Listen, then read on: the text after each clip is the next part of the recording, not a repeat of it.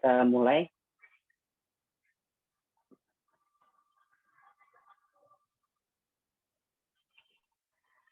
Bismillahirrahmanirrahim.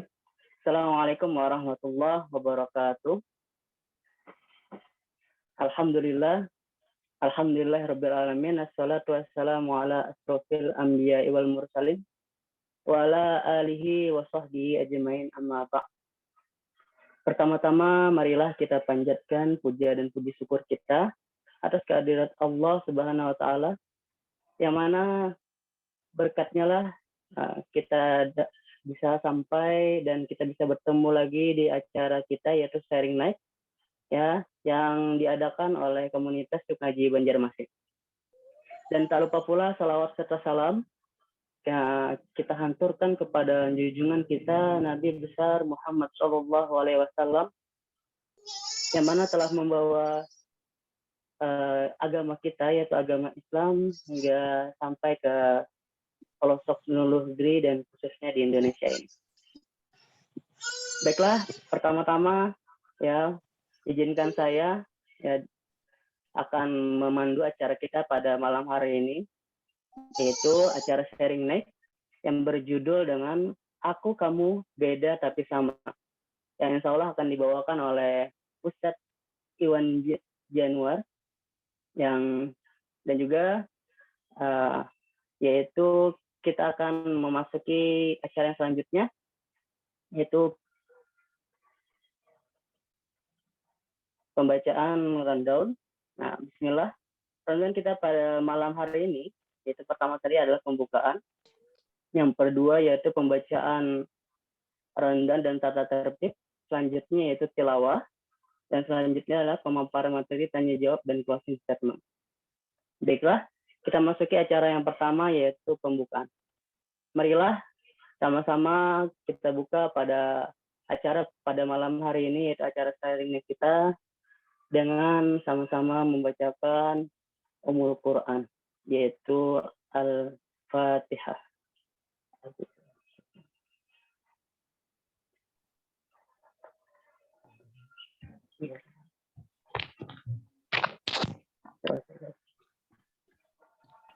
Baiklah, acara yang selanjutnya yaitu pembacaan tata tertib. Nah, izinkan saya akan membacakan tata tertib acara kita pada malam hari ini, yaitu pertama, peserta wajib menutup aurat dan memastikan orang di sekitarnya juga tidak terlihat auratnya. Yang kedua yaitu peserta mencantumkan nama ID sesuai nama saat pendaftaran. Yang ketiga yaitu peserta tidak menyela atau memotong presentasi dari pemateri. Nah, sesi tanya jawab insya Allah akan diberikan nanti, dan juga kecuali nanti pembicara memperbolehkan. Selanjutnya peserta tidak meninggalkan pertemuan begitu saja atau mengerjakan hal-halnya di luar kajian online ini. Dan selanjutnya peserta mematikan mikrofon atau dalam mode mute ketika menyimak pemaparan untuk menghilangkan suara-suara yang mungkin masuk ke dalam sistem dan mengganggu konsentrasi yang lainnya. Dan selanjutnya peserta harap menyalakan kamera agar terbangun suasana interaksi yang baik ya di antara kita. Dan terakhir yaitu peserta diperbolehkan bertanya lewat kolom chat.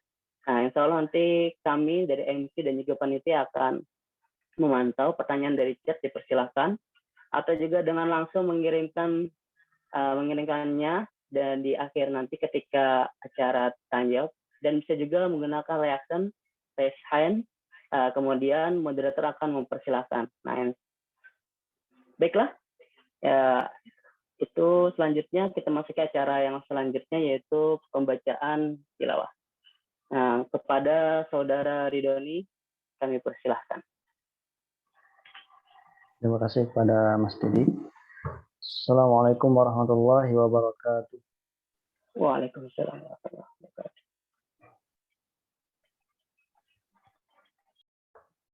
A'udzu billahi minasy syaithanir rajim. Bismillahirrahmanirrahim.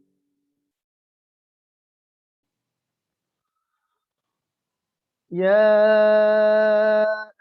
أيها الناس إنا خلقناكم من ذكر وأنثى من ذكر وأنثى وجعلناكم شعوبا وقبائل لتعارفوا إن أكرمكم عند الله أتقاكم إن الله عليم خبير.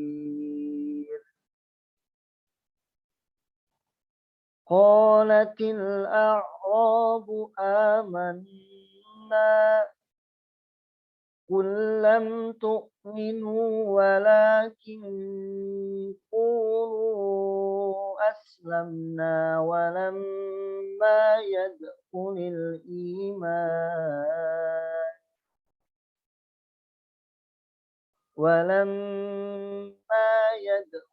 الإيمان في قلوبكم وإن تطيعوا الله ورسوله لا يلدكم من أعمالكم شيئا إن الله غفور رحيم. صدق الله العظيم. Wassalamualaikum warahmatullahi wabarakatuh.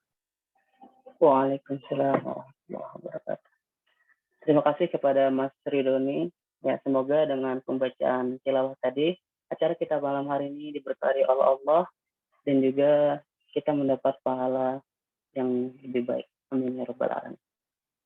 Selanjutnya yaitu kita masuki acara pemaparan materi dari Ustadz Iwan Januar, yang mana beliau ini adalah seorang penulis, dai, dan juga pengajar serta pegiat edukasi parenting dan pernikahan.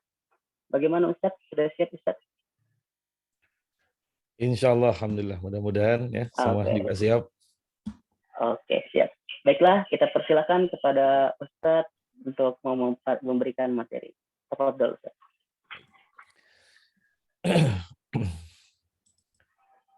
Bismillahirrahmanirrahim. Assalamualaikum warahmatullahi wabarakatuh. Waalaikumsalam warahmatullahi wabarakatuh. Alhamdulillahirabbil alamin. Alhamdulillahilladzi khalaqal insana min nafsi wahida wa khalaqa minha zawjaha wa batha minhuma rijalan katsiran wa nisa. Asyhadu an la ilaha illallah wahdahu la syarikalah wa asyhadu anna Muhammadan abduhu wa rasuluhu alladzi la nabiyya ba'dah. Allahumma sholli wa sallim wa barik ala Rasulillah wa ala alihi wa sahbihi wa mawalah ila yaumil qiyamah amma ba'du. Qala Allahu ta'ala fi kitabihil karim wa huwa asdaqul qailin a'udzu billahi minasyaitonir rajim. Bismillahirrahmanirrahim. Ya ayyuhan nasu taqu rabbakumul ladzi khalaqakum min nafsin wahidah wa khalaqa minha zawjaha wa batha minhuma rijalan katsiran wa nisa. Al-ayah. Shadaqallahul azim. Allahumma arhamna bil Qur'an. Para peserta jamaah kajian Yu Ngaji dimanapun berada, pertama-tama dan tentu yang paling utama kita senantiasa mengucapkan segala puji dan syukur kehadirat Allah Ta'ala, bahwa dialah yang memberikan kita nikmat yang sangat besar. Kita diberikan kesehatan, diberikan kesempatan, masih diberikan juga umur, dan yang paling utama juga kita diberikan taufik wal hidayah, sehingga kita masih menjadi bagian dari umat yang mulia ini, dan terutama kita bisa hadir di forum Yuk Ngaji di malam hari ini, serta mudah-mudahan pertemuan atau sharing night di malam ini bisa menjadi tambahan kebaikan kita dan juga bisa senantiasa memperbanyak amal ibadah kita sebagai bekal yaumul akhir. Amin ya rabbal alamin.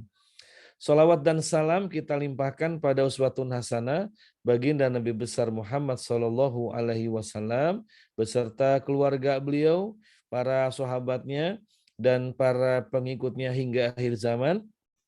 Serta kita terus memohon pada Allah agar diberikan kekuatan istiqomah ada di dalam barisan umat Muhammad SAW, dan mudah-mudahan kita nanti di yaumul akhir berhak mendapatkan syafaatul uzma, pertolongan yang agung yang besar dari Nabi kita Muhammad SAW. Amin ya rabbal alamin. Sahabat-sahabat Yuk Ngaji Banjarmasin dimanapun berada, walaupun mungkin yang hadir di sini bukan cuma dari Banjarmasin ya, atau dari semua Banjarmasin ini pesertanya. Ya. MC-nya dari Kalimantan Timur, Ustaz. MC-nya Kalimantan Timur, luar biasa ya. Ini salah satu memang berkahnya pengajian online ya. Jadi peserta dan pembicara bisa dari macam-macam daerah ya, luar biasa. Mudah-mudahan ini menjadi satu nikmat ukhuwah yang bisa mengantarkan kita ke dalam nikmat Allah yang paling besar, yaitu nanti bisa berkumpul di dalam janahnya. Amin ya rabbal alamin. Baik, pada malam ini dari Kalbar juga ada, Masya Allah, Alhamdulillah ya. Ada yang dari luar Kalimantan barangkali, selain saya sebagai pembicara di sini. Ya. Baik, malam ini kita sama-sama akan berbagi tentang satu topik. Dari Aceh, luar biasa, Alhamdulillah, luar biasa ya. Baik ya, teman-teman sekalian yang Allah muliakan, kita sama-sama akan sharing satu topik yang kelihatannya topik ini memang long lasting ya, jadi panjang sekali, berlaku sepanjang masa, karena memang sebetulnya nggak ada satupun topik dalam agama kita itu yang nggak long lasting ya, yang nggak panjang itu ya. Jadi bukan cuman snack coklat yang panjang dan lama ya, tapi juga buat topik-topik dalam agama kita itu memiliki kajian yang senantiasa selalu up to date ya, selalu memang cocok, sesuai, dan memang sesuai dengan kehidupan kita. Karena tidak lain Allah menurunkan risalah kita ini, risalah Islam ini memang untuk umat manusia sepanjang zaman sampai nanti akhir zaman atau yaumul qiyamah seperti itu. Nah, malam ini kita akan membahas topik tentang bagaimana sih kedudukan pria, wanita, laki-laki, perempuan menurut pandangan Islam. Apakah memang kedudukannya itu ada perbedaan? Kalau perbedaannya itu seperti apa? Dan kalau sama, maka samanya juga bagaimana? Seperti itu. Untuk apa? Supaya kita bisa kemudian punya pemahaman yang benar, pemahaman yang sahih tentang agama kita. Nah, kalau kita bicara tentang hukum-hukum, bicara tentang ajaran agama, maka harus selalu beranjak atau berpijak dari iman kita kepada Allah, iman kita kepada Rasul, iman kita kepada agama ini. Artinya bahwa harus senantiasa muncul sikap untuk menerima keputusan dari Allah dan dari Rasul. Tapi kalau sekiranya ada hal yang mungkin kita masih mengganjal, ingin kejelasan, tidak mengapa. Kita diskusikan, kita tanya, kemudian kita juga nanti bisa sama-sama sharing, sehingga kemudian keyakinan kita terhadap agama ini akan semakin bertambah, semakin mantap, semakin juga kita semakin percaya diri dan semakin bangga sebagai Muslim. Mengapa ini saya perlu sampaikan di awal? Karena tidak sedikit ya sekarang ini kaum muslimin ketika belajar agama kemudian didorong untuk kritis. Kritisnya bukan pada hal yang positif, tapi sampai mengkritisi ayat-ayat Quran, mengkritisi hadis-hadis Nabi, sampai mengkritisi hukum-hukum Islam. Jadi menurut mereka kalau kita tidak kritis pada hukum-hukum Islam, kita tidak bisa mendapatkan kemajuan. Karena menurut mereka, Islam itu mestinya dia mengikuti perkembangan zaman. Islam itu mestinya kemudian diadaptasikan dengan kehidupan manusia. Wah, ini bahasannya kayak yang keren ya, kayak yang bagus ya. Tapi ini nanti akan banyak sekali hal-hal yang memang tidak benar gitu ya, tidak sinkron. Kenapa? Karena Islam itu datang sebetulnya justru untuk mengajak manusia mensinkronkan diri, mengajak manusia itu untuk kemudian mencocokkan dirinya dengan Islam. Bukan Islam harus mensinkronkan dengan kehidupan kita. Bukan kita mendorong Islam atau memaksa Islam supaya cocok dengan kita. Kalau seperti itu, maka nanti akan banyak ayat Quran itu yang dihilangkan, dihapus. Banyak hukum-hukum Islam yang dicabut dengan alasan ayat ini, hukum ini sudah tidak up to date. Sudah tidak selaras dengan kehidupan manusia kekinian. Nah, ini maka penting saya sampaikan di awal bahwa Islam itu datang justru untuk mengubah manusia agar selaras dengan Islam. Mengajak manusia untuk hidup sesuai dengan petunjuk Islam.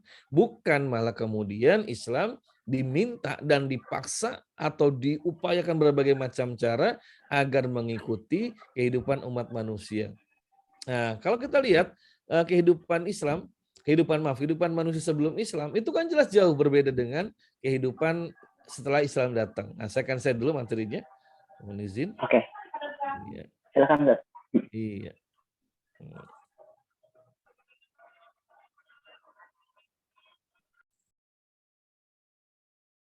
Baik ya. Nah, kita akan lihat nih kalau kita bicara tentang pria dengan wanita, kalau diperhatikan sepanjang zaman manusia, kehidupan wanita itu selalu dia di dalam dominasi kaum pria. Wanita selalu menjadi makhluk nomor 2, bukan nomor 1, bukan seimbang, tapi selalu makhluk nomor 2 kedudukannya. Kita lihat beberapa ini catatannya. Nah, ada pandangan negatif dari masyarakat di luar Islam, dari orang-orang di luar Islam tentang ajaran Islam.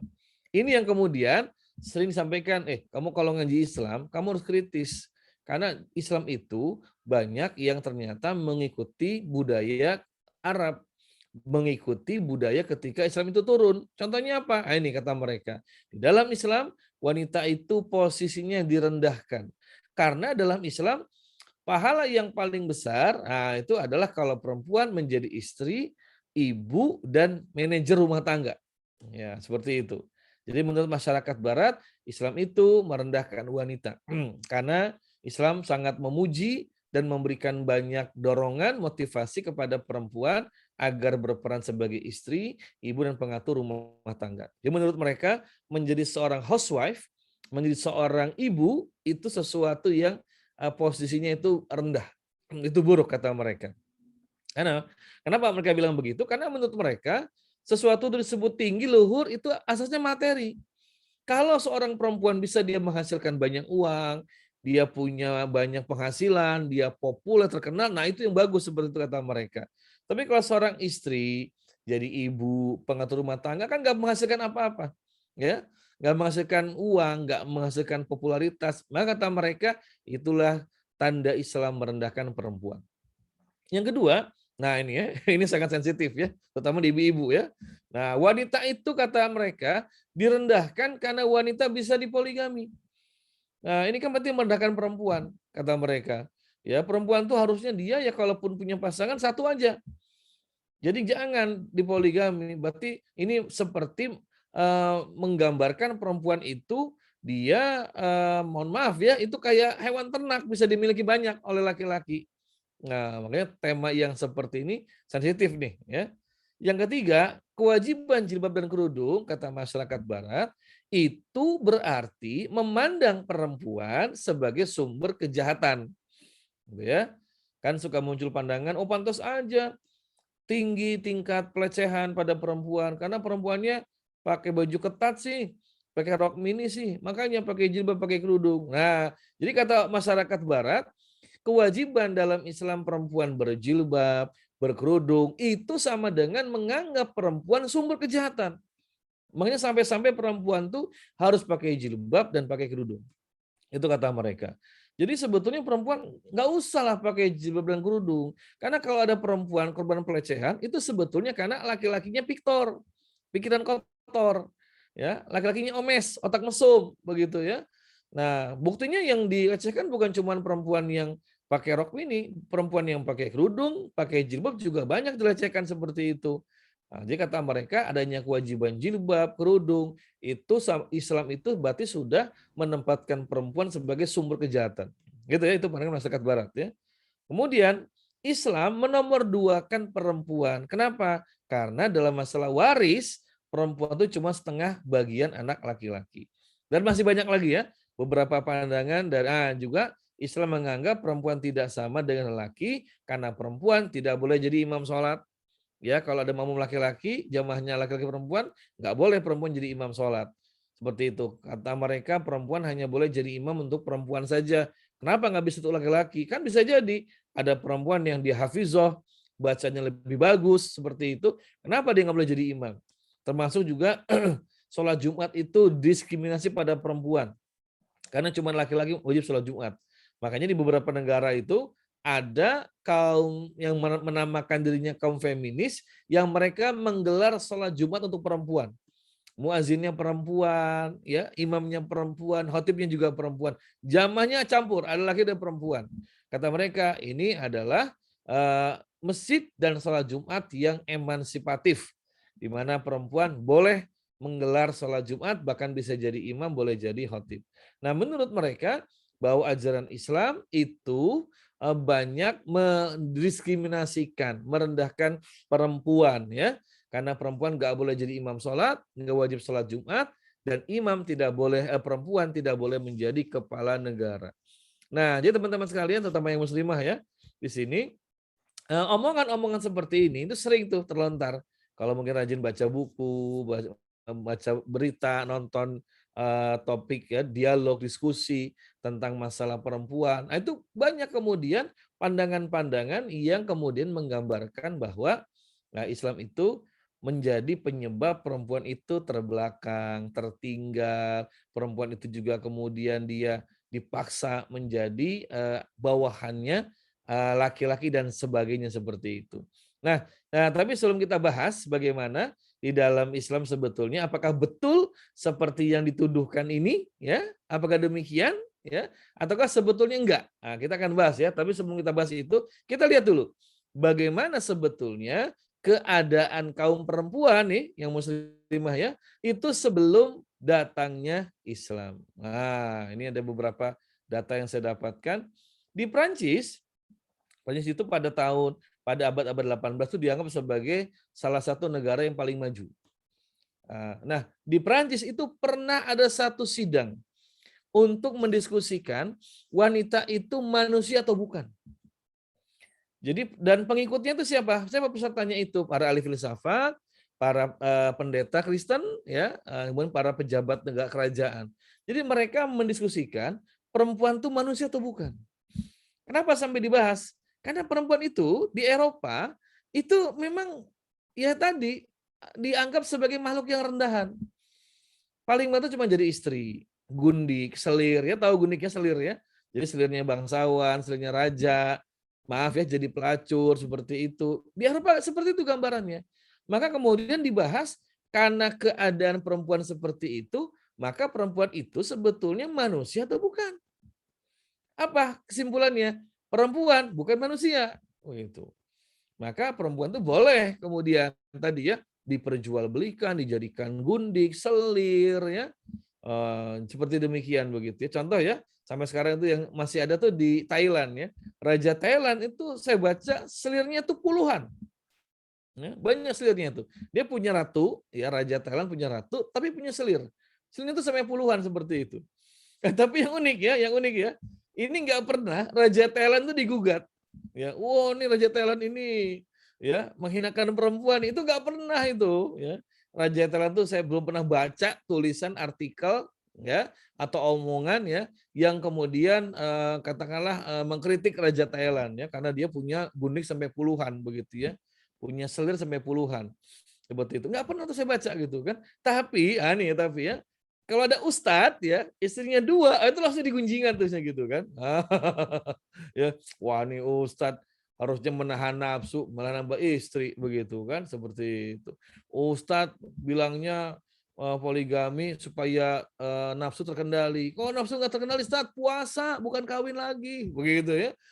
Itu sering itu kalau ada ustadz yang kawin lagi, itu pasti digunjingan ya. Saya bukan berarti bela ustadz ya, bukan ya ini ya. Dan bukan juga berarti menyuruh laki-laki poligami, bukan. Hukumnya itu ada, tapi nggak akan dibahas sekarang gitu ya. Tapi ini kita kalau mau jujur-jujuran, mau adil-adilan, mau main fair begitu kan. Kenapa Raja Thailand itu nggak pernah digugat? nggak pernah dikritik begitu ya. Tapi kalau ustadz, kiai gitu ya, pokoknya tokoh Islam deh begitu. Oh itu jadi bahan omongan tuh, begitu ya. Kayak misalkan Agim ya atau Ustadz Arifin Ilham almarhum, oh, itu tuh jadi bahan gunjingan tuh kayak begitu. Tapi kalau Raja Thailand tuh nggak pernah tuh digugat ya seperti itu. Atau dulu juga ada tuh yang di Jakarta, Mbah siapa namanya itu ya, yang paranormal, yang dia 9 itu istrinya itu ya. 9, saya lupa cuma namanya, mungkin teman-teman udah ingat ya, istrinya 9, dan yang di antara 9 ini ada 2 itu yang kakak adik kakak. Jadi isinya dia itu. Saya lupa cuma namanya siapa ya. Mbah siapa tuh, kurus-kurus tuh kayak begitu ya. Itu juga nggak digugat itu. Yang nggak pernah digugat, nggak pernah dianggap, wah ini pelecehan pada perempuan. Nggak, itu nggak pernah ya. Jadi cuma pada Islam aja. Baik ya. Jadi di Prancis itu pernah sampai dibuat satu seminar membahas perempuan itu manusia atau bukan. Jawabannya, perempuan bukan manusia. Nah, coba yang muslimah sakit hati nggak dia gitu kan, bahwa Anda tuh bukan manusia, begitu ya. Di mana? Di Perancis, di Eropa itu. Ya, di negara katanya maju. Itu begitu perempuan. Yang kedua, dalam budaya Cina kuno ya, di Cina juga sama. Cina tuh dianggap sebagai pada waktu itu dianggap sebagai satu negara kekaisaran yang maju filsafatnya. Banyak orang senang tuh belajar filsafat Cina. Kalau orang yang suka belajar para jenderal-jenderal perang dunia itu mereka suka mempelajari taktik perangnya Sun Tzu. Sun Tzu itu seorang ahli filsafat dan juga ahli perang. Itu biasanya itu banyak jenderal-jenderal di banyak dunia itu, banyak negara, mereka mengkaji taktik perang Sun Tzu. Ternyata di Cina, perempuan juga itu menempati kedudukan yang rendah. Ada satu kaidah di Cina kuno itu mengatakan tidak ada di dunia sesuatu yang paling rendah nilainya selain perempuan. Nah, jadi orang-orang Cina kuno tuh mereka mengatakan perempuan itu adalah benda yang paling rendah nilainya. Makanya di Cina itu sama. Kaisar-kaisar Cina itu mereka punya gunik tuh ratusan. Sel itu ratusan. Jadi ada ratunya tapi juga punya gunik sampai ratusan seperti itu. Itu banyak ya. Kemudian wanita adalah tempat terakhir dalam jenis kelamin dan dia mesti ditempatkan pada pekerjaan yang paling hina. Nah, itu jadi di Cina kuno itu perempuan juga posisinya mengenaskan, ya, menyedihkan. Jadi para muslimah ini bayangkan tuh perempuan itu di Perancis, di Cina seperti itu. Di mana lagi? Nah, ini ya. Ini di Yunani, negara yang dipandang sebagai pusat peradaban, itu mengatakan bahwa ditulis oleh seorang ahli filsafat bernama Demosthenes, dia mengatakan kami menjadikan wanita sebagai, maaf ya, pelacur untuk bersenang-senang. Menjadikan istri-istri kami agar punya anak yang legal. Jadi ada istri, ada pelacur. Itu ini seperti itu. Saya juga pernah baca satu artikel di Yunani dan Romawi, itu perempuan itu ada 3 kasta, 3 tingkatan. Yang paling rendah perempuan yang budak perempuan. Ini paling rendah pokoknya. Yang kedua siapa? Ibu rumah tangga, istri ibu rumah, ini kedudukan nomor 2. Bukan paling tinggi, nomor 2. Yang paling tinggi siapa? Pelacur. Jadi di Romawi itu, di Yunani itu, perempuan yang kastanya paling tinggi itu pelacur. Makanya pelacur itu di Yunani kuno boleh belajar membaca dan menulis. Nah, karena membaca menulis itu pelajaran tingkat tinggi. Hanya diberikan pada orang-orang yang tingkat tinggi. Siapa di antaranya? Para pelacur. Ibu rumah tangga, istri itu nggak boleh belajar baca dan menulis. Gitu ya. Nah, di Italia, itu di sebagian wilayahnya, wanita itu dianggap seperti pembantu rumah tangga. Bayangkan, perempuan itu harus duduk di lantai kalau suaminya di kursi. Jadi kalau suami di kursi, perempuan duduk di lantai. Nggak boleh duduk barengan. Itu di zaman Italia dulu, ya, sebelum masa-masa sekarang, sebelum kedatangan Islam. Jadi perempuan tuh dianggap sebagai pembantunya laki-laki. Nah di India itu ada materi Qanun nomor 147 dikatakan wanita tidak berhak pada setiap tahapan hidupnya melakukan aktivitas sampai keinginannya, meskipun dalam masalah rumah tangganya. Jadi perempuan tuh nggak boleh punya keinginan. Nah, misalkan ingin shopping nggak boleh perempuan itu. Itu di India kuno pada masa itu ya. Semua ada di bawah kendali suaminya. Dan kelihatannya sampai sekarang. Makanya di India itu negara yang paling tidak aman untuk perempuan.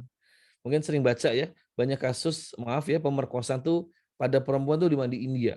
Itu paling ngeri betul itu. Nah, sampai sekarang ya.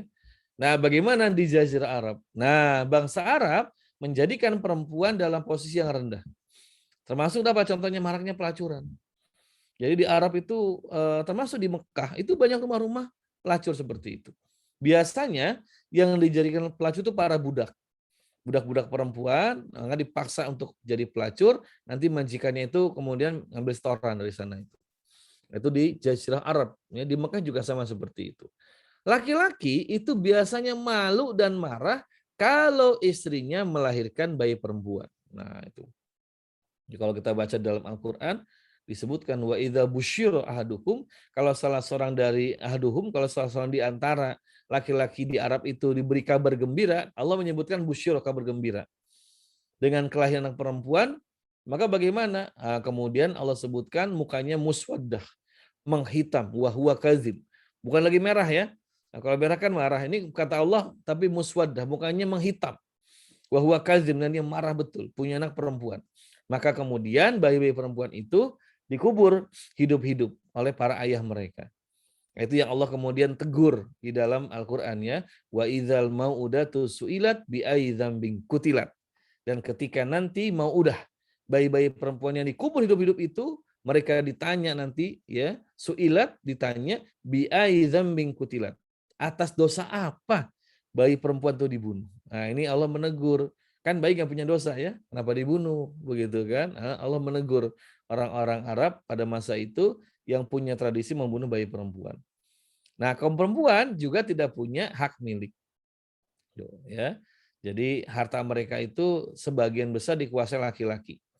Kalau seorang wanita, ini kalau ada seorang wanita, seorang istri, suaminya meninggal, maka nanti istrinya itu bisa diwariskan pada anak tiri mereka. Nauzubillah ya. Jadi mereka nggak kenal mahram itu. Jadi nanti ibu tirinya itu bisa diwariskan pada anak-anak tirinya. Atau dinikahkan kepada orang lain lalu diambil maharnya. Nah, ini teman-teman sekalian, kita melihat sepintas dari sini aja, melihat betapa ngenes banget ya, betapa memilukan nasib perempuan di masa sebelum Islam. Nggak ada yang bagus itu, nggak ada yang bagus sama sekali. Nah, sampai kemudian Islam itu datang. Dan Islam datang, ini perlu kita catat, kita ingat, Islam bukan mengikuti budaya yang ada. Islam justru datang merombak, mengubah budaya yang ada menjadi budaya Islami yang sangat mulia. Nah, itulah sebabnya dakwah Islam itu dimusuhi oleh orang-orang Arab. Karena orang-orang Arab ini tahu agama yang dibawa Muhammad ini akan mengubah budaya mereka, mengubah peradaban mereka. Makanya mereka marah. Nah, ini juga sebagai catatan buat kita ya. Kalau begitu jelas Islam itu bukan agama kearab-araban. Kalau Islam itu agama orang Arab nggak akan marah. Ya, tapi ternyata kan kita lihat begitu Nabi mendakwahkan Islam, yang pertama kali memusuhi siapa? Ya orang Arab. Abu Lahab lah, makanya sampai ada surat Al-Lahab ya.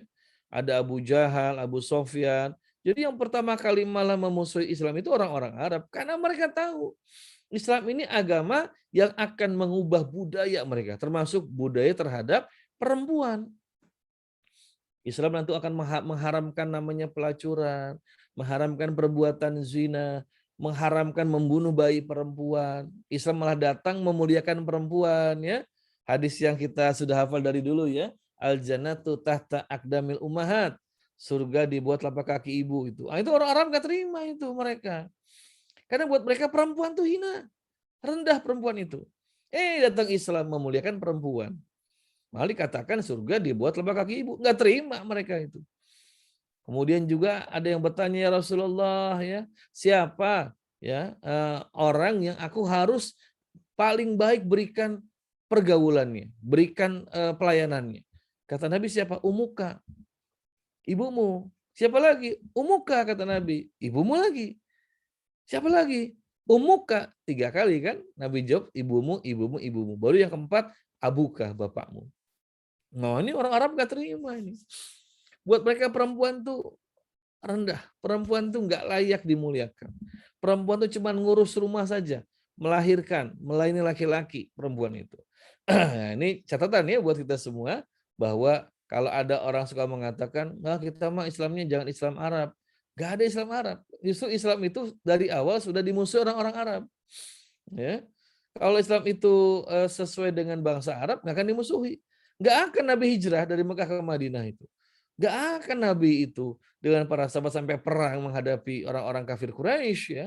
Kalau misalnya Islam itu agama kearab-araban. Nah, justru Islam itu agama yang memang membawa perubahan, agama membawa peradaban yang baru, agama yang kemudian membawa kebudayaan baru yang diantaranya adalah memuliakan perempuan. Islam itu kemudian nanti menempatkan perempuan sebagai posisi yang tinggi, bahkan diberikan kesempatan yang sama untuk bisa beramal soleh, untuk juga bisa masuk ke dalam jannahnya Allah Subhanahu wa taala. Nah, kita lihat begitu Islam datang, maka Islam itu merupakan hadiah terindah untuk kaum perempuan. Jadi kalau mau tahu ya, apa hadiah paling indah buat kaum perempuan? Islam. Karena semenjak Islam datang, para perempuan itu bisa mendapatkan hak yang sama dengan laki-laki. Perempuan bisa belajar sampai doktoral boleh, jadi profesor juga boleh. Perempuan juga boleh punya usaha, ya. Jadi pengusaha boleh. Perempuan juga boleh punya macam-macam keterampilan, boleh begitu. Loh, tapi itu kan pada itu di beberapa negara Arab Saudi baru belakangan mengizinkan perempuan nyetir. Ya Arab Saudi bukan negara Islam. Arab Saudi itu negara Arab. Hanya penduduknya mayoritas Muslim. Penduduknya mayoritas beragama Islam. Tapi mereka itu ya tidak pernah menerapkan Islam kafah. Arab Saudi itu hanya menerapkan sebagian saja ajaran Islam. Ya, makanya di sana perempuan itu nggak boleh nyetir. Kan nggak ada masalah perempuan nyetir mobil. Tidak ada dalil yang melarang perempuan nyetir mobil seperti itu. Kalau kita lihat ya dalam Al-Quran, nah ini ya, Allah Ta'ala kalau memanggil manusia, maka dipanggil sama, laki-laki, perempuan. Panggilannya sama. Allah berfirman, ya ayuhan nas, wahai manusia. Itu termasuk laki-laki perempuan. Coba, ini dahsyatnya Islam itu, agungnya ajaran Islam, ketika banyak bangsa merendahkan perempuan, Islam sejak awal ketika memanggil manusia, mengajak manusia, maka ajakannya sama pada laki-laki dan perempuan. Ya ayuhan nas, wahai manusia. Nah, karena apa? Karena perempuan juga manusia di situ. Nggak pernah ada satupun ayat Quran yang menganggap perempuan bukan manusia. Tadi dibaca oleh Qari ya, Quran surat Al-Hujurat. Allah menyebutkan, ya ayyuhan nas inna khalaqnakum min dzakari wa unsa. Wahai manusia, kami ciptakan kamu dari laki-laki dan perempuan. Begitu. Jadi manusia itu laki-laki perempuan.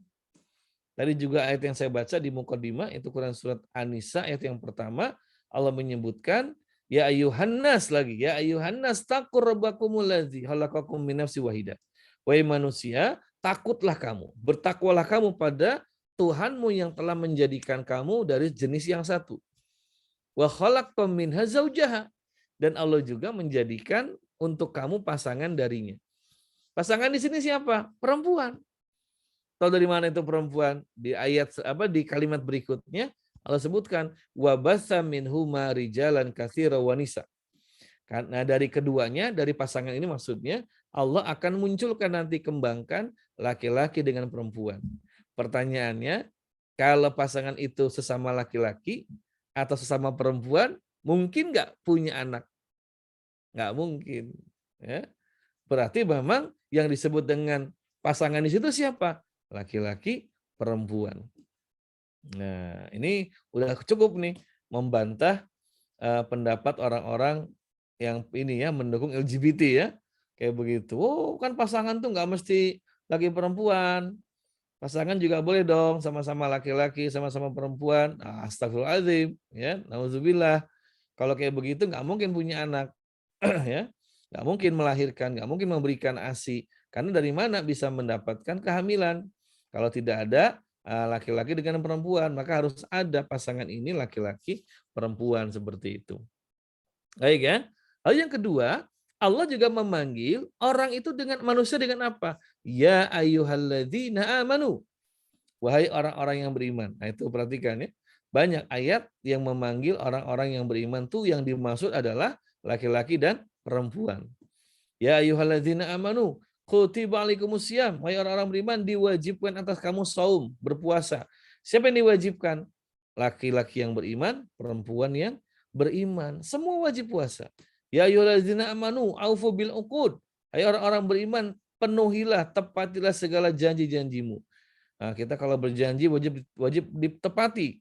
Siapa di situ yang Allah panggil? Allazina amanu. Siapa itu? Laki-laki yang beriman, perempuan yang beriman. Semua Allah panggil dengan panggilan yang sama. Ya ayyuhalladzina amanu. Masya Allah. Coba ini. Apa tidak luar biasa ajaran Islam? Ketika peradaban pada masa itu ya membeda-bedakan laki-laki perempuan, Islam justru datang malah memanggil dengan panggilan yang sama. Laki-laki dan perempuan dipanggil dengan panggilan yang serupa, yang enggak beda. Alladzina amanu, wahai orang-orang yang beriman, atau ya ayyuhan nas, wahai manusia. Nah, jadi Masya Allah, dalam Islam itu enggak perlu emansipasi ya. Dalam Islam itu enggak perlu perempuan itu menuntut hak yang sama. Lawang dari awal Islam sudah menyamakan kedudukan laki-laki dengan perempuan. Ya, jadi ada emansipasi muslimah. Buat apa? Dalam Islam sudah sama kedudukan laki-laki dengan perempuan. Kita cek lagi di sini ya. Ini nih. Quran surat An-Nisa 32. Allah berfirman, "Wala tatamannau ma faddalallahu bihi ba'dukum 'ala ba'din." Ini ya. Tapi sebelum ini saya cek dulu. Ini dulu nih ya. Allah berfirman, "Man amila sholihan min dzakari aw unsa wa huwa mu'minun fala nuhyanahu hayatan thayyibatan wa lanazziyanahum ajrahum bi ahsani ma kanu ya'malun." Coba perhatikan ayat ini. Allah berfirman, "Man amila sholihan." Siapa saja yang beramal soleh, min zakarin aw unsa, baik laki-laki ataupun perempuan, Masya Allah. Jadi Allah panggil siapa saja yang beramal soleh, mau lelaki, mau perempuan, dia beramal soleh. Wa huwa mu'minun, dan dia beriman. Nah, di situ Allah gunakan kata huwa. Huwa itu kalau teman-teman yang sudah pernah belajar bahasa Arab, itu kan kata ganti ya, isim domir.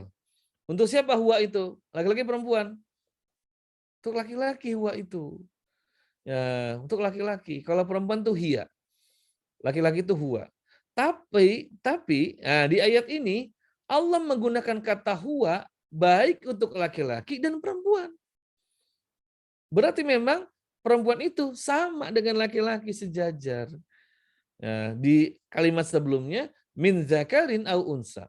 Baik itu dia laki-laki ataupun perempuan, tapi selanjutnya Allah katakan wa huwa mu'minun, dan dia beriman. Pal huwa ini kata ganti untuk laki-laki ya, untuk zakar. Isim domir di zakar. Itu katanya huwa. Artinya bahwa Allah Akbar, laki-laki perempuan itu kedudukannya sama. Jadi perempuan juga dipanggil dengan kata huwa oleh Allah dalam ayat ini. Dan dia beriman, apa balasan dari yang Allah siapkan? Fala nuhyannahu hayatan thayyibatan. Maka orang yang beriman dan beramal soleh itu pertama akan Allah berikan kehidupan yang thayyibah, kehidupan yang baik. Ada yang mengatakan nanti di akhirat, di surga. Orang beriman itu, laki-laki perempuan yang beramal soleh, diberikan hayatan thayyibah, kehidupan yang baik di mana? Di surga. Ada juga mengatakan dunia dan akhirat, dunia dan surga. Dunia diberikan kehidupan yang barokah, di akhirat mendapatkan surga. Insyaallah ya. Wa nadziyanahum ajrahum bi ahsani ma kanu ya'malun. Dan kami akan balas perbuatan mereka itu ya dengan apa? Dengan pahala, dan pahala itu bi ahsani ma kanu ya'malun. Balasan yang kami berikan nanti pada mereka yang beramal soleh, yang beriman, baik laki maupun perempuan, Allah balas apa? Bi ahsani ma kanu ya'malun. Balasannya balasan yang lebih baik daripada yang mereka kerjakan. Masya Allah ya. Jadi Allah itu memang zat yang maha pengasih dan penyayang. Orang beramal nggak banyak, balasannya bisa lebih banyak. Orang sedekah sedikit, Allah berikan rizki dan pahala yang lebih banyak daripada yang dia sedekahkan. Allahu Akbar. Kata teman-teman semua, ya jangan sia-siakan amal soleh. Jangan tunda-tunda beramal soleh. Kenapa? Balasannya luar biasa. Luar biasa. Baik dia laki-laki perempuan sama berhak mendapatkan balasan pahala, berhak beriman dan berhak mengerjakan amal soleh seperti itu. Nah, namun kita cek di sini. Laki-laki perempuan masing-masing ada amal tersendiri. Nah, ini ya. Dalam beberapa hal, laki-laki dan perempuan mereka punya amal masing-masing. Allah berfirman, "Wala tatamannau ma faddalallahu bihi ba'dakum ala ba'din." Janganlah kamu ya orang-orang beriman ya berangan-angan dan iri hati atas fadilah terhadap fadilah keutamaan yang Allah berikan pada sebagian kamu di atas sebagian yang lain. Nah, nih ya teman-teman sekalian, kita ini sebagai manusia itu masing-masing Allah berikan fadilah, Allah berikan keunggulan dibandingkan dengan yang lain. Itulah namanya hidup. Nggak ada kehidupan itu semua sama kemampuan, nggak ada itu. Semua rata mukanya, ya. Jadi maksudnya ganteng-ganteng semua, cantik-cantik semua itu nggak pernah ada. Ada yang ganteng, ada yang lebih ganteng, ya. Nggak jangan bilang jelek ya, saya bilang lebih ganteng ya. Ada yang cantik, ada yang lebih cantik lagi. Itulah kehidupan kita. Dan itu harus disyukuri oleh kita, ya. Jangan kemudian berkeluh kesah, ya Allah, kenapa kau jadikan aku ini terlalu ganteng? Jangan ya. Itu kita harus syukuri ya. Nah, faktanya kehidupan kita ini ada orang-orang yang Allah berikan keunggulan dibandingkan yang lain. Ada yang unggul dalam bidang apa? Fisiknya lebih kuat, lebih gagah. Ada yang Allah berikan unggul dari apanya? Kecerdasannya. Cerdasnya luar biasa. Ya, mungkin teman-teman ya, mudah-mudahan ada seperti itu karunia dari Allah ya. Imam Syafi'i 7 tahun sudah hafal Quran. 14 tahun sudah menjadi mufti, ahli fatwa di Masjidil Haram. 14 tahun, Masya Allah. Nggak kebayang ya. Saya umur 14 tahun aja masih suka main bola, ya masih suka ngusap umbel saya begitu. 14 tahun itu. Nah, Imam Syafi'i 14 tahun sudah jadi ulama, jadi ahli fatwa di Masjidil Haram itu. Itu luar biasa. Ada orang-orang Allah berikan memang kelebihan. Cerdasnya luar biasa. Ada yang juga diberikan kelebihan, rizkinya berlimpah ya. Hartanya banyak. Ada seperti itu. Ya, misalkan Sayyidina Abdurrahman Auf itu kaya luar biasa ya. Tapi ada orang yang juga hidupnya sederhana, seperti Abdullah bin Mas'ud, sahabat Nabi, sederhana, bahkan cenderung kurang. Namun semua itu mereka tetap bersyukur pada Allah. Ya. Nah, Allah katakan wala tatamannu, jangan kamu berangan-angan dan iri hati terhadap apa yang Allah telah unggulkan sebagian kamu di atas sebagian yang lain. Nah, ya, teman-teman, hidup itu justru dinamis, ya, dinamis dan romantis karena berbeda-beda, ya. Kita ini keadaannya dan kondisinya. Ada yang berbeda dari segi harta, ada yang berbeda segi ilmu, dari segi kemudian juga keterampilan, dari segi juga ibadah, macam-macam. Itu merupakan karunia dari Allah. Tinggal kita optimalkan di dalam ketaatan pada Allah Subhanahu wa taala. Begitu ya? Jadi ini. Nah, jadi Allah ingatkan jangan iri hati. Allah teruskan, lirrijali nasibum mimma iktasabu. Buat laki-laki itu ada. Buat laki-laki itu ada bagian amal yang mereka kerjakan. Nah, lirijali nasibum mimma iktasabu. Walinisa'i nasibum mimma iktasabna. Dan bagi perempuan juga ada bagian amal yang mereka kerjakan. Tuh. Jadi laki-laki perempuan ini memang dalam hal tertentu Allah berikan perbedaan. Allah nggak samakan. Allah nggak samakan. Dan Allah nanti berikan amal masing-masing yang beda. Amal laki-laki, amal perempuan. Allah bedakan. Karena apa? Itulah Allah Maha Kuasa. Allah berikan kelebihan sebagian di atas sebagian yang lain. Dan juga amal itu Allah berikan sesuai dengan mereka masing-masing. Laki-laki ada amal yang nggak bisa dikejar dan dilakukan perempuan. Dan perempuan juga punya amal yang nggak bisa dikerjakan, dikejar oleh kaum laki-laki. Linisa'i nasibum mimma iktasabna. Buat perempuan ada bagian amal yang mereka kerjakan. Nah, dari sini teman-teman sekalian Allah muliakan, maka memang beda laki-laki perempuan itu. Ada kesamaan dalam hal tertentu, tapi dalam masalah amal di sini ada yang memang mesti berbeda. Yang jangan sama antara laki-laki dengan perempuan seperti itu. Nah, ya, misalnya yang paling jelas apa ya? Berdasarkan fisik dan fitrahnya perempuan dan laki-laki.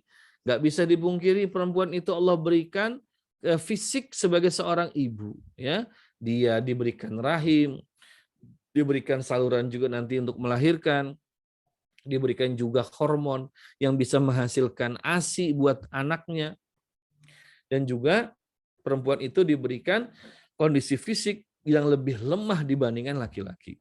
Ya mohon maaf ya buat yang muslimah ya, karena sekuat-kuatnya perempuan tetap secara fisik lebih kuat laki-laki ya. Tapi kan Pak ada itu Pak perempuan, atlet bela diri, atlet angkat besi, atlet tinju. Ya, untuk di kalangan perempuan mungkin mereka itu paling kuat. Tapi kalau untuk disamakan apple to apple dengan laki-laki, tetap laki-laki lebih unggul. Ini atlet angkat besi nih, angkatan berapa ratus kilo begitu. Ini laki, ini perempuan. Bagaimanapun laki-laki secara fisik itu memang Allah berikan keunggulan dibandingkan dengan kaum perempuan. Tapi jangan khawatir ya, jangan jadi galau. Kenapa? Karena Allah sudah sampaikan di sini, buat laki-laki ada amalnya, perempuan juga ada amal masing-masing, dan itu nggak bisa disamakan teman-teman ya, karena sudah amal masing-masing. Tadi secara fitrah fisiknya saja sudah nggak bisa diambil oleh kaum laki-laki. Jadi ibu misalnya gitu. Nggak bisa, nggak pernah ada laki-laki hamil, melahirkan, menyusui, kan nggak ada begitu ya. Tapi kalau laki-laki kemudian dia tampil kayak perempuan banyak gitu ya. Tapi tetap nggak bisa dia itu mengambil fitrahnya perempuan sebagai ibu, hamil, melahirkan, menyusui, nggak bisa tuh laki-laki. Makanya nih ngaco aja ya, ngawur aja ada orang yang kemudian sudah jadi laki-laki malah pengen jadi perempuan. Sudah jadi laki-laki malah kemudian pengen punya pasangan laki-laki lagi. Ah ini ngaco, ini ngawur ini. Justru pasangan itu dia berpasangan tuh laki-laki perempuan. Untuk apa nanti? Nanti kita akan bahas ya. Saling melengkapi di antaranya itu. Tapi sekarang kita bahas dulu laki-laki perempuan masing-masing ada amal yang Allah sudah berikan ya. Apa misalnya tadi ibu-ibu ya, perempuan Allah berikan karunia fisiknya sebagai fisik seorang calon ibu yang buat masih gadis ya. Kemudian juga apa? Perempuan tuh punya mental ya, punya kekuatan mental yang lebih sabar, lebih kuat menghadapi anak-anak. Yang itu tidak dimiliki kaum laki-laki. Dari mana saya tahu? Karena saya bapak. Saya punya anak 4 ya. Sebagai laki-laki itu kalau megang anak itu nggak akan sanggup. Seharian apa 2 hari apalagi.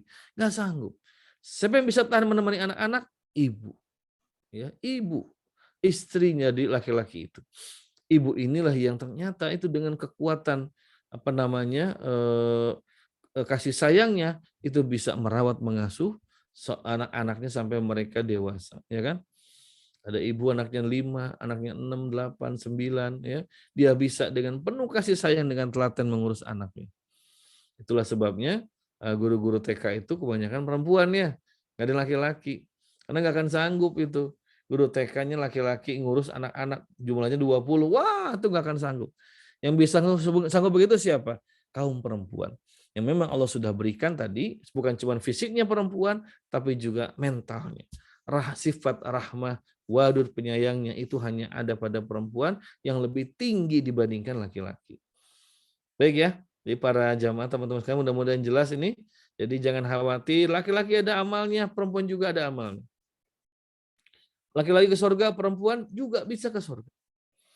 Nah, hanya saja diingatkan bahwa laki-laki perempuan ini amalnya berbeda masing-masing. Mereka tetap harus menjaga keyakinan ketaatan pada Allah Subhanahu wa taala. Baik ya. Nah, baru kemudian berikutnya di sini kita bahas kalau gitu laki-laki perempuan apa yang mereka lakukan bersama-sama? Tolong menolong jawabannya. Tolong menolong dalam kebaikan, dalam ketakwaan. Allah berfirman, wa ta'awanu bil birri wa taqwa wa la ta'awanu 'alal ismi wal 'udwan. Tolong menolong kamu dalam kebaikan dan ketakwaan, dan jangan kamu tolong menolong di dalam perbuatan dosa dan kemaksiatan. Kemudian ada doanya, ya Allah ya, kita ini diminta untuk bisa menjadi orang yang bermanfaat, bisa memberikan ilmu, jasa, tenaga kepada sesama manusia. Karena memang Allah ciptakan laki-laki perempuan saling tolong menolong, walaupun tetap nanti ada batas-batasnya seperti itu. Nah, demikianlah sahabat sekalian yang dirahmati Allah Subhanahu wa taala. Jadi yang namanya kehidupan laki-laki perempuan di dalam timbangan agama itu pertama dia sama. dia sama timbangannya. Tapi ada yang lain secara kodrati perempuan memang nggak bisa disamakan dengan laki-laki. Dan ini jangan membuat perempuan ini jadi sedih ya. Waduh, kita nggak bisa nih sama kayak laki-laki. Enggak. Tadi Allah sudah ingatkan ya dalam Quran surat An-Nisa itu bahwasanya masing-masing ada amal yang nggak bisa diambil oleh orang lain. Kayak menjadi ibu, ya melahirkan, menyusui, itu nggak bisa diambil para bapak ya. Gitu. Saya nggak membayangkan ada laki-laki hamil, jenggotan, kumisan tapi hamil, lalu melahirkan, ngasih ASI. Waduh, kayaknya nggak enak dilihatnya begitu. Tapi kalau lihat perempuan ya hamil, ngasuh bayinya itu masya Allah, itu satu anugerah dari Allah bahwa perempuan itu Allah berikan limpahkan rahmat yang sangat banyak pada perempuan. Dilindungi, dijaga, dimuliakan, termasuk diberikan aturan-aturan yang melindungi kaum perempuan. Islam itu datang untuk melindungi manusia, menjaga, melindungi manusia. Makanya ada yang kemudian disebut dengan al-hifdzu, penjagaan. Apa diantaranya? Islam itu menjaga kehormatan manusia, menjaga manusia juga, agar jangan bergaul bebas laki-laki perempuan yang akan menyebabkan kesengsaraan dan penderitaan. Ya, ini betul. Karena kalau laki-laki perempuan ini dibebaskan pergaulannya, naudzubillah, yang ada apa? Rusak kehidupan manusia ini. Maka dijaga jangan sampai kemudian rusak, hancur, berantakan. Dengan cara bagaimana? Kita saling menyadarkan, mengingatkan, berdakwah, kemudian kita juga berubah menuju kehidupan yang lebih islami. Baik, mudah-mudahan bermanfaat. Saya kembalikan kepada Kang Ustadz Dedi selaku host malam hari ini. Assalamualaikum warahmatullahi wabarakatuh. Waalaikumsalam warahmatullahi wabarakatuh. Jazakumullah khairan Ustaz. Masya Allah materinya malam ini. Baiklah, kita masuk ke acara selanjutnya yaitu tanya jawab. Nah, tanya jawab ini mungkin insya Allah bisa dipersilahkan dari chat boleh atau juga menggunakan raise hand, nanti kami persilahkan. Oke, sudah ada Ustaz. Mungkin langsung aja Ustaz ya, satu-satu Ustaz ya. Oke, pertanyaan pertama yaitu dari Mbak Dina. Izin bertanya Ustaz, sebagian wanita muslimah tersinggung dengan hadis tentang wanita kurang akalnya. Bagaimana menjelaskannya kepada mereka Ustaz? Nah, mungkin Ustaz kami persilahkan. Bismillahirrahmanirrahim. Hadis itu sahih ya. Jadi sebutkan wanita itu ada kekurangan dalam agama dan akalnya. Ini hadis sahih.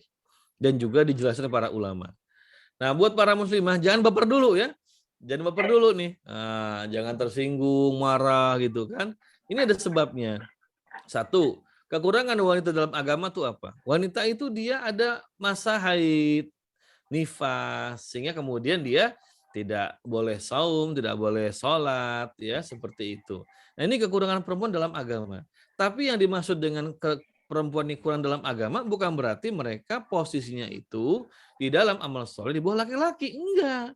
Ini Nabi hanya menggambarkan bahwasannya perempuan itu memang tidak bisa menjalankan ajaran agama secara penuh sebagaimana laki-laki. Karena tadi Allah berikan tadi kodratnya perempuan haid, kemudian melahirkan. Nah, itu kan dua kondisi yang perempuan nggak bisa menghindar ya.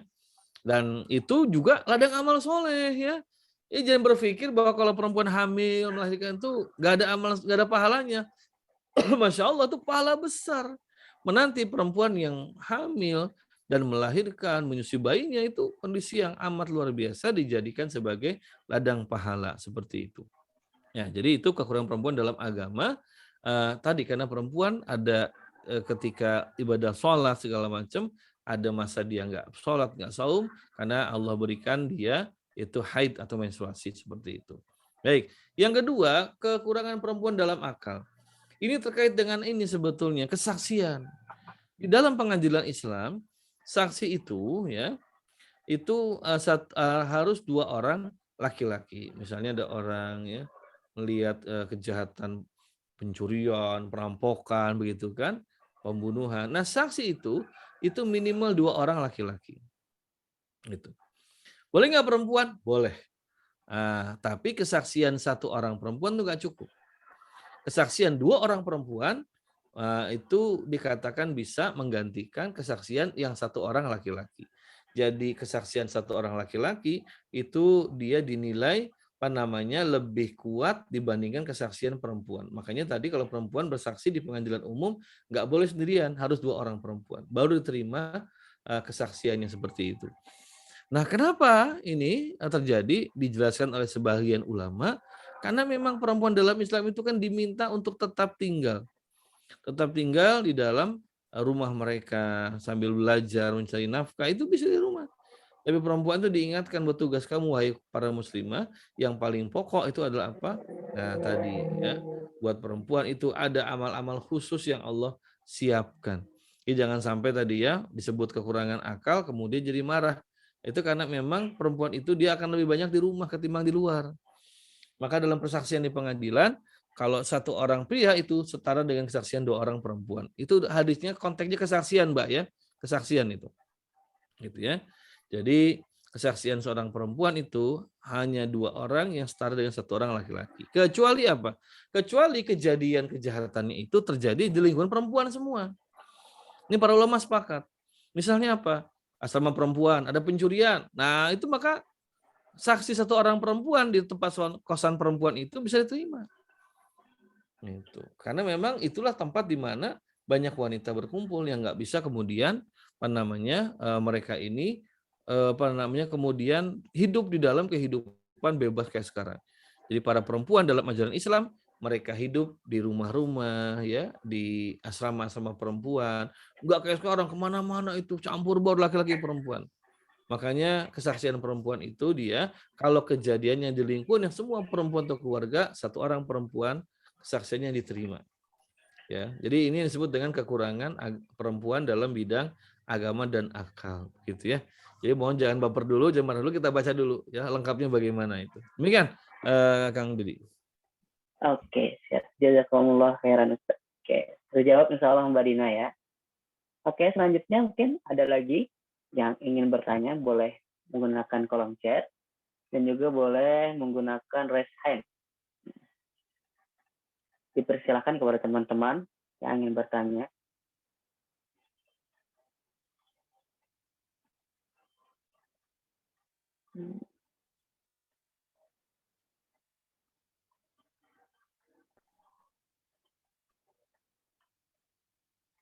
Ustaz, kalau MC boleh bertanya, Ustaz? Boleh. Siap, Ustaz. Izin bertanya, Ustaz. Di dalam Islam kan kita diatur, Ustaz ya. Saya pernah mendengar bahwasanya hadis Nabi itu mengatakan bahwasanya wanita itu lebih baik di dalam rumah, Ustaz. Tetapi bagaimana yang memilih bekerja? Itu apakah diperbolehkan, Ustaz, dalam Islam sebagaimana untuk wanita? Ya. Ya. Jadi begini. Dalam Islam, perempuan itu dia memang kehidupan utamanya umun warbatul bait, sebagai ibu dan pengatur rumah tangga. Itu kehidupan utamanya, ya. Dan itu kehidupan pokoknya. Asalnya di situ. Jadi kalau ditanya perempuan itu apa tugas pokoknya? Umun warbatul bait. Ibu dan pengatur rumah tangga. Nah, ini bukan tanpa alasan. Kenapa Allah menjadikan perempuan itu sebagai ibu dan pengatur rumah tangga? Ya karena Allah berikan kemampuan hamil, melahirkan, memberikan ASI, mengasuh anak itu pada perempuan. Demikian laki-laki. Laki-laki nggak bisa hamil, ya nggak bisa melahirkan. Dan juga laki-laki itu tidak sekasih sayang, tidak sepenuh cinta sebagaimana seorang ibu pada anaknya. Jadi, ayah cinta pada anak, tapi nggak seperti ibu. Ibu itu luar biasa, cinta sayang pada anaknya itu. Maka disitulah Allah menempatkan perempuan sebagai ibu dan pengatur rumah tangga. Pengatur rumah tangga, coba bayangkan ya. Perempuan itu seorang pengatur rumah tangga yang luar biasa. Coba bayangkan ya kalau ibu kita itu ya. Kalau saya sekarang punya istri saya nih ya. Nah, teman-teman yang belum nikah, ini bayangkan ibu ya. Ibu kita itu dia harus bisa mengatur hidupnya itu dari hari ke hari untuk berbagai macam kegiatan rumah tangga. Pagi dia harus sudah sibuk menyiapkan sarapan untuk anak dan suaminya. Juga kalau nanti anaknya ada yang seragamnya masih belum disetrika, dia harus setrika seperti itu pagi hari. Ketika semua sudah berangkat ke tempat masing-masing, suami ke kantor, anak-anak ke sekolah begitu, dia harus merawat rumahnya, membersihkan, ngepel, mencuci, lalu apa, menyiapkan makan siang, makan siang untuk keluarganya. Itu Masya Allah. Dan itu dilakukan dengan apa? Dengan anggaran yang sudah diberikan suaminya. Coba. Nggak semua laki-laki itu tidak akan pernah bisa mengatur anggaran belanja rumah tangga seperti halnya perempuan. Maka ini Masya Allah, memang perempuan itu Allah berikan karunia, kemampuan, skill yang dia memang bisa menjadi sebagai perempuan itu ibu dan pengatur rumah tangga, demikian. Nah itu ya, itu asalnya. Nah sekarang bagaimana? Kalau perempuan boleh nggak mengambil kegiatan yang bukan ibu dan pengatur rumah tangga? Oh boleh banget. Dalam mencari ilmu. Nah itu kan sudah Allah sebutkan. Ya. Allah sebutkan bagaimana? Thalabul ilmi faridah. Mencari ilmu itu faridah wajib.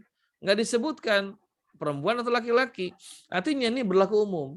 Perempuan, laki-laki, muslim-muslimah itu ada kewajiban thalabul ilmi. Mencari ilmu.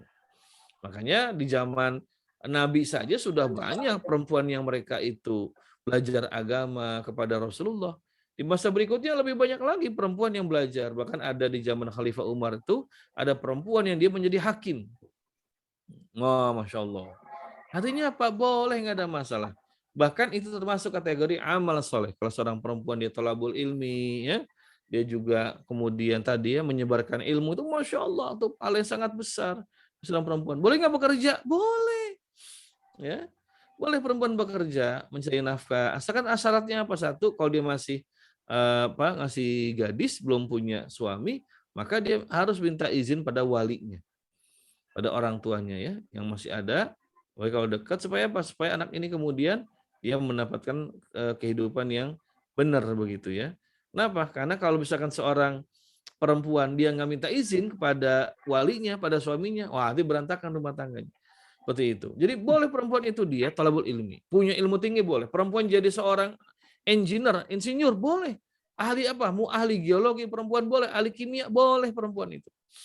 Jadi perempuan tuh bukan digambarkan seperti pandangan barat, perempuan tuh belajarnya cara masak nasi, nyeplok telur begitu ya, ganti popok bayi. Enggak, perempuan silakan belajar tentang teknik nuklir, ya, fisika nuklir boleh, enggak ada masalah. Perempuan mau belajar tentang apa misalkan, manajemen perusahaan boleh, Insya Allah. Tapi kalau bicara kerja, dia harus izin dulu kepada walinya atau kepada suaminya. Agar jangan sampai nanti pekerjaannya itu membuat kewajiban dan hidup pokoknya dalam rumah tangga berantakan. Coba bayangkan ya, seorang ibu dia bisa membesarkan 4 bahkan lebih orang anak. Ya, ada loh banyak tuh ibu-ibu anaknya 5, 7, 8 bisa itu. Nah, dan dari tangan ibu itu anak-anak itu bisa tumbuh sebagai orang-orang yang sukses. Maka itulah pentingnya ibu hadir di dalam kehidupan anak-anaknya itu sebagai pendamping dan pendidik. Nah, jadi jangan khawatir. Islam itu memberikan hukum yang paripurna, yang sempurna, yang excellent, perfect seperti itu. Jangan khawatir. Itu barangkali ya. Ini jawabannya. Siap, jazakumullah khairan. Baik, yang paling selanjutnya itu dari Mbak Aulia Fidianti. Assalamualaikum Ustaz. Mau bertanya, apakah boleh wanita sholat di masjid? Sedangkan saya pernah mendengar wanita itu lebih utama sholat di rumah. Jadi bagaimana ya Ustaz? Nah, perihal sholat di masjid. Baik. Bismillahirrahmanirrahim. Di Kalimantan mungkin jarang perempuan sholat di masjid. Kalau di Jawa, jarang, Ustaz. di Jawa Tengah, Jawa Timur, kalau Jawa Barat juga jarang. Jawa Tengah, Jawa Timur, itu kalau teman-teman ke masjid, subuh saja, itu banyak soft ibu-ibu. Wah, begitu ya. Kalau Kalimantan mungkin jarang. Ya, sama kayak di Jawa Barat, tempat saya tinggal juga jarang. Tapi kalau main ke Jawa Tengah, Jawa Timur, masjid-masjid, subuh, zuhur, asar, maghrib, isya, itu ada perempuan. Ya. Karena apa? Karena memang boleh hukumnya. Boleh seorang perempuan itu muslimah dia sholat ke masjid. Dan kata Nabi, jangan kamu larang. Perempuan memang lebih afdol sholat di rumah, dalam kamarnya malah. Ya. Tapi Nabi kemudian mengatakan, ya jangan kamu larang. Ya, wanita-wanita maksudnya anggota keluargamu, apakah ibumu, istrimu, anak perempuanmu, kalau mereka ingin ke masjid, nggak boleh dilarang. Boleh hukumnya. Gitu ya, teman-teman di sini yang muslimah boleh ya. Nah, hanya memang ini kondisi masyarakat ya. Tapi nggak apa-apa kalau misalkan di Kalimantan misalkan ya itu perempuan enggak menjadi apa istilahnya kebiasaan sholat di masjid, tapi teman-teman mulai aja kebiasaan di masjid, sholat di masjid boleh, hukumnya boleh. Walaupun tadi ya kalau bicara fadilah keutamaannya memang lebih utama di rumahnya. Tapi it's okay, nggak ada masalah. Silahkan ya. Nah, makanya main ke Jawa, lihat nanti itu kalau sholat di masjid ya. Sholat subuh aja ada rombongan ibu-ibu soft itu bisa 2 soft itu. Demikian. Saya sering ke Jawa ya dan lihat banyak itu ibu-ibu yang mereka sholat 5 waktu itu di masjid. Itu hukumnya boleh, jangan khawatir ya. Bahkan kalau ada ayahnya, suaminya atau walinya nggak boleh melarang seorang perempuan sholat di masjid begitu. Baik ya. Oke, siap, siap. Terjawab ya Mbak ya. Oke, selanjutnya pertanyaan lagi ini dari Mbak Dina. Izin lagi Ustaz, kaum feminis sekarang banyak yang mengingkari perbedaan-perbedaan antara laki-laki dan perempuan yang sering dibahas secara ilmiah. Dalam kurung secara psikologis, anatomis, fisiologis. Nah, mereka kaum feminis juga meneliti dan menyimpulkan bahwa sebenarnya tidak berbeda.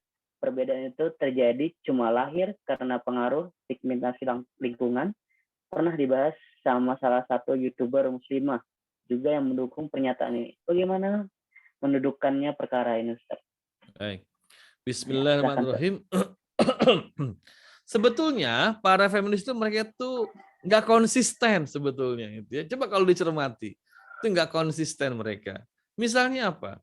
Mereka mendukung para buruh pabrik karyawati untuk cuti hamil, cuti melahirkan. Nggak konsisten itu. Ya. Harusnya kalau berpendapat laki-laki perempuan sama, maka udah jangan ada cuti hamil, cuti melahirkan, begitu kan? Dan harusnya kalau para buruh pabrik yang perempuan ada cuti hamil dan didukung, harusnya buruh pabrik laki-laki juga dapat cuti menghamili, begitu ya. Misalnya ya, begitu ya. Seperti itu. Kan ternyata nggak konsisten. Mereka tetap mereka itu buruh perempuan harus diberikan cuti melahirkan, cuti bahkan cuti haid seperti itu. Oh, nggak konsisten. Katanya sama, tapi kok mereka nggak menerima kalau sudah urusannya kayak begitu. Ah, itu ya. Masya Allah. Atau misalnya tentang ini, KDRT, kekerasan dalam rumah tangga. Selalu yang disorot itu adalah kalau pelakunya laki-laki. Wah, ini kuasa gender kata mereka seperti itu. Ya. Nah, padahal nih ya, KDRT itu teman-teman semua itu juga banyak pelakunya istri, betul nggak? Ya, banyak itu. Betul. Iya. Oh, saya pernah tuh dapetin ya cerita ya, itu ada yang suaminya dicakar sama istrinya, gitu ya. Yang suaminya ditendang sama istrinya dan suaminya nggak berdaya itu melawan istrinya karena mungkin istrinya lebih strong kali ya, ahli bela diri barangkali gitu ya. Itu kalah itu, suaminya itu dicakar, ditendang gitu ya. Kemudian uang gajinya dikuasai sama istrinya gitu ya. Jadi suaminya itu nggak megang uang gitu, megang istrinya. Ini nggak pernah diangkat oleh mereka itu ya, nggak pernah diangkat. Jadi nggak konsisten. Padahal namanya KDRT itu pelaku perempuan juga nggak sedikit ya. Atau ibu yang menyiksa bayi, menyiksa anaknya. Kan banyak itu. Tapi selalu disalahkan apa? Laki-laki. Dan mengatakan itu ada ibu istri yang menyiksa anaknya, itu karena laki-lakinya, suaminya. Dia tidak mengurus dan tidak bertanggung jawab pada istrinya. Loh, kok ini yang disalahkan laki-laki lagi? Kan pelakunya ibunya. Itu kan. Jadi buat para muslimah, tolong kasihani kami yang laki-laki ini. Jadi salahkan teruslah begitu ya. Jadi begitu nggak konsisten ya, nggak konsisten mereka itu ya. Coba aja lihat banyak lah ya dalam apa namanya kehidupan sekarang itu laki-laki perempuan itu yang mereka ingin memperjuangkan hak perempuan tapi nggak konsisten. Ya kalau duduk minta kalau di angkutan umum di kereta di bus ya minta duduk gitu kan ya, Mas tolong dong Mas, ini ada ibu hamil loh, kan emansipasi ya. Kenapa minta duduk? Kalau memang laki-laki perempuan haknya sama, ya ibu kan hamil atas pilihan sendiri kan. Udah, ibu berdiri dong gitu kan. Nggak mau mereka nggak terima gitu kan. Gitu. Kalau ada yang kayak begitu langsung itu jadi di blow up gitu kan. Oh, ini ada seorang laki-laki yang tidak menghormati ibu hamil. Ya katanya kesamaan hak ya. Lawang laki-laki juga beli tiket, bayar juga naik bus, naik kereta gitu kan. Tapi kenapa minta dibedakan? Kalau misalkan dia tetap ngotot, ibunya pengen duduk, ibu tidak adil pada saya, Bu. Kita bayar tiket yang sama hanya gara-gara saya tidak bisa hamil, saya harus mengalah pada ibu. Kan nggak adil begitu. Ya. Nah, ini jadi memang nggak konsisten sebetulnya mereka itu, nggak konsisten. Ya. Nah, makanya mereka itu sebetulnya hanya berpikir untuk kepentingan tokoh-tokohnya saja. Nggak semua perempuan begitu, ya kan? Buktinya banyak perempuan yang ridho kan jadi ibu rumah tangga, betul nggak? Ya kan? Coba tanya ibu kita atau mungkin Iya. kita punya kenalan, punya kawan yang dia jadi istri ibu rumah tangga. Mungkin dia pendidikannya S1 malah S2 tapi memilih kemudian nggak bekerja karena fokus ingin ngurus anak ya. Banyak kan ditanya, ibu nggak pengen kerja? Ya pengen sih, cuman anak-anak ini kan perlu perhatian. Nah itu kan berarti nggak semua perempuan tuh berpikirnya kayak feminis begitu ya.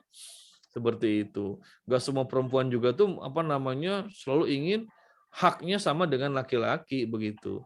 Ibu nggak mau, Bu, apa namanya punya penghasilan sendiri. Kan enak nggak bergantung pada suami. Ya pengen, tapi kan saya ini kalau saya kerja nanti bagaimana rumah tangga seperti itu. Banyak perempuan yang mereka itu dengan penuh sukarela keikhlasan mereka melepaskan pekerjaan mereka, profesi mereka untuk apa? Fokus pada kehidupan rumah tangga. Jadi nggak semua perempuan itu seperti pikiran feminis itu.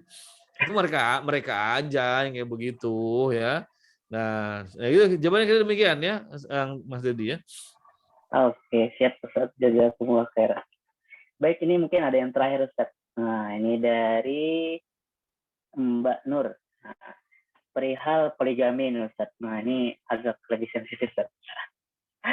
Ustaz kan tadi sekilas ada membahas tentang anggapan miring terhadap laki-laki.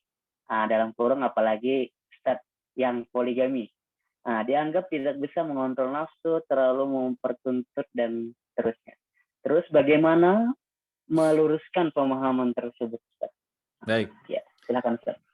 Bismillahirrahmanirrahim ya. Yang pertama, ini kan terkait hukum syariat ya, hukum syariat tentang masalah pernikahan. Dalam pernikahan Islam itu disyariatkan memang ada kebolehan. Nah, ingat, hukumnya boleh, bukan dianjurkan, boleh ya. Jadi hukum berpoligami itu dia boleh, bukan sunnah, apalagi wajib, bukan ya. Hukumnya boleh begitu. Nah, tapi sambil kemudian dibarengi dengan kewajiban harus adil. Nah, ini yang harus para laki-laki ini memikirkan itu ya. Jadi berpikir tentang poligami itu nggak cuma berpikir wah enak ya, nanti punya istri lebih dari satu loh. Tanggung jawab juga lebih besar begitu kan. Jadi dalam Islam ini diingatkan juga bahwa ada amanah, istri itu amanah, anak itu amanah. Nah, itu harus diingat juga. Artinya bahwa dalam Islam berpoligami hukumnya boleh, tapi juga diingatkan terus supaya memiliki tanggung jawab kepada istri-istri mereka. Ini yang pertama.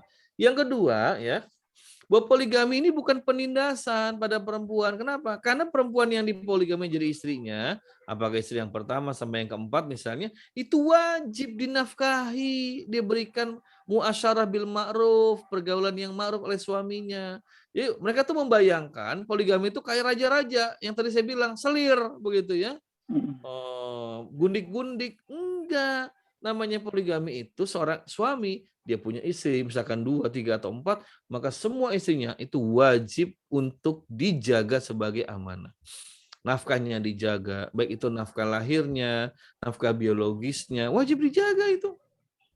Jadi nggak kemudian sembarangan berpikir, nikah aja, harus dijaga, dan harus dimuliakan para perempuan ini sebagai istri-istrinya, harus dimuliakan.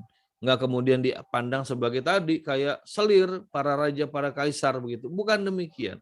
Maka perempuan yang hidup di dalam pernikahan poligami itu, andai kata suaminya taat pada syariat, maka para istri itu dimuliakan, akan dihormati, dan juga wajib untuk dijaga sebaik-baiknya, diberikan muasyarah atau pergaulan yang ma'ruf. Begitu. Ini yang kedua. Yang ketiga, ya, Pada faktanya kan ternyata juga ada perempuan yang mereka mau jadi istri kedua, ketiga, keempat, dan juga ada perempuan yang rela bahkan mensupport bahkan juga membantu suaminya untuk berpoligami. Itu kan fakta begitu kan? Itu bukan satu dua kali kalau kita baca ada seorang istri dia mendorong suaminya berpoligami karena apa? Karena misalkan dia lihat ada kawan dia ya yang butuh untuk dilindungi, dijaga seperti itu, maka dia dorong kemudian suaminya untuk itu. Nah, ini kan fakta. Jadi bukan sekedar karena dorongan hawa nafsu begitu ya, tapi karena ada juga unsur-unsur yang lain, unsur tadi ya, sosialnya, unsur juga kemudian apa namanya masalah ekonomi maisha untuk membantu itu ada. Jadi jangan salah bahwa ada seorang istri itu istri pertama yang dia mendorong bahkan membantu mencarikan istri yang kedua ketiga untuk suaminya seperti itu. Tapi itu kan jarang Pak, memang jarang. Tapi kan faktanya ada seperti itu ya. Ya dan juga ada poligami itu yang rukun, nggak bermasalah seperti itu. Jadi kenapa orang lain yang menikah dan hidup baik-baik, kemudian kaum feminis yang ribut begitu kan? Iri bilang bos begitu ya. Jadi artinya banyak perempuan yang hidupnya baik-baik aja di poligami, fine-fine aja begitu kan. Kenapa malah kemudian dikorek-korek, dicari, wah sebetulnya dia tuh tertekan hanya pura-pura bahagia. Ya tahu dari mana? Lah faktanya dia hidup baik-baik aja begitu ya. La haula wala quwata illa billah ya. Nah, sekarang bagaimana dengan hawa nafsu itu? Ya betul bahwa seorang muslimah ketika hawa nafsu itu dia muncul, ya banyak caranya dengan sholat, saum, menjaga diri, seperti itu. Tetapi juga menikah pun itu satu hukum juga, yang memang itu pun diizinkan dalam agama. Karena menikah itu kan boleh hukumnya. Kenapa kemudian jadi persoalkan gitu ya? Sama seperti kita mau makan apa nih? Kita mau makan apa namanya? eh, nasi kuning pakai ikan haruang gitu ya di Banjarmasin ya Masya Allah. atau Iya. mau makan ininya apa kupatnya begitu kan satonya gitu kan itu pilihan saja. Kita namanya pilihan hukumnya adalah boleh. Hanya kalau diambil juga silahkan tidak dilarang oleh Allah Ta'ala. Yang penting bertanggung jawab dalam amanah itu. Jadi jangan berpikir bahwa mencegah hawa nafsu cuma dengan puasa, dengan saum, dengan baca Quran. Enggak. Tapi banyak juga yang kemudian Allah berikan sebagai jalan dan hukumnya itu adalah memang boleh seperti itu. Dan tapi jangan lupa ya, bahwa orang yang menikah itu harus memperhatikan konsekuensi tanggung jawab.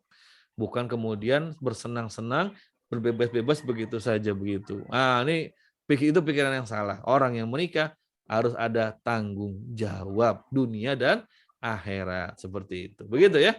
Jadi mudah-mudahan nggak salah paham ya dan mudah-mudahan kita bisa meluruskan tuduhan-tuduhan yang negatif. Ya daripada kemudian selingkuh gitu ya atau 7-Eleven atau kemudian maaf ya pelacuran. Nah, itu kan lebih buruk lagi. Dengan pernikahan poligami itu laki-laki perempuan terjaga, terpelihara kehormatannya. Kalau punya keturunan juga jelas siapa bapaknya seperti itu. Masya Allah. Jadi dan banyak sebetulnya tokoh-tokoh yang mereka itu apa namanya mengakui kebaikan dari hukum pernikahan dalam Islam termasuk hukum pernikahan poligami. Demikian ya. Mudah-mudahan Allah berikan kita senantiasa taufik wal hidayah. Oke, syukur Ustaz jazakumullah khairan jawabannya. Baiklah, karena kita mungkin waktunya sudah sampai. Jadi terima kasih kepada teman-teman yang sudah bertanya. Semoga terjawab. Dan selanjutnya yaitu kita masuki acara closing statement. Nah, ini mungkin kita kembalikan lagi kepada Ustadz untuk closing statement. Dipersilakan. Baik, bismillahirrahmanirrahim teman-teman yuk ngaji yang dirahmati Allah Subhanahu wa taala ya. Salah satu tugas kita hari ini adalah talabul ilmi ya. Senantiasa kita mendalami ilmu agama sehingga kita makin terang, makin clear, makin yakin kebenaran dan kebaikan dalam agama ini. Ini zaman penuh fitnah ya, banyak tuduhan, banyak tudingan. Kita kemudian harus perbaiki dengan cara apa? Talabul ilmi dan lalu berdakwah seperti itu. ya. Nah, dan sambil apa? Kita banyak berdoa mohon pada Allah agar senantiasa diberikan taufik wal hidayah dan kita diberikan penjagaan oleh Allah Subhanahu wa taala. Nah, jadi kita bisa paham bagaimana Islam itu menempatkan pria dengan wanita dalam hukum yang terbaik, itu hukum Islam. Mudah-mudahan pertemuan malam ini bermanfaat. Mohon maaf bila banyak kekurangan khilafan. Assalamualaikum warahmatullahi wabarakatuh. Waalaikumsalam warahmatullahi wabarakatuh. Terima kasih Ustadz jazakumullah khairan atas waktu dan kesempatannya. Dan Masya Allah, materi malamnya sangat bermanfaat bagi kita semua. Amin. Dan juga saya ya sebagai MC mohon maaf Ustadz, ya apabila ada kekurangan dan kekhilafan dalam memandu acara kita pada malam hari ini. Baiklah, kita lanjut ke acara penutup, yaitu marilah kita tutup acara kita pada malam hari ini dengan sama-sama mengucapkan hamdalah, alhamdulillah rabbil alamin, dan sama-sama kita membaca doa kafaratul majelis. Subhanakallahumma wa bihamdika asyhadu an la ilaha illa anta astaghfiruka wa atubu ilaik. Baik, syukran ya kepada teman-teman jazakumullah khairan yang sudah berhadir dan juga kepada Ustadz yang bersedia, Masya Allah ya. Dan itu aja mungkin dari kami, semoga nanti di lain waktu Ustadz kita bisa bertemu lagi ya. Doakan Ustadz semoga bisa bertemu ke Jawa Ustadz. Amin amin. Amin insya Allah. Nah, main-main ke Kalimantan Ustadz nanti. Insya Allah mudah-mudahan nanti ya. Saya banyak kawan di sana. Masya Allah. Amin. Siap Ustadz. Ya syukran. Itu aja mungkin dari kami ya, dari komunitas Jayu Janmasin. Assalamualaikum warahmatullahi wabarakatuh. Waalaikumsalam warahmatullahi wabarakatuh. Ya, jazakallah Ustaz.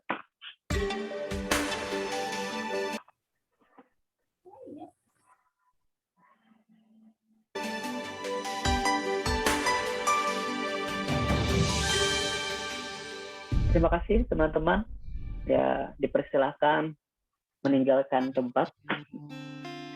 Sampai bertemu di acara sharing next selanjutnya. Hey teman, saat kau merasa hampa di kesenangan dunia, gemerlapnya tak lagi menyilaukan. Jiwamu telah menjalani kelama roda hidup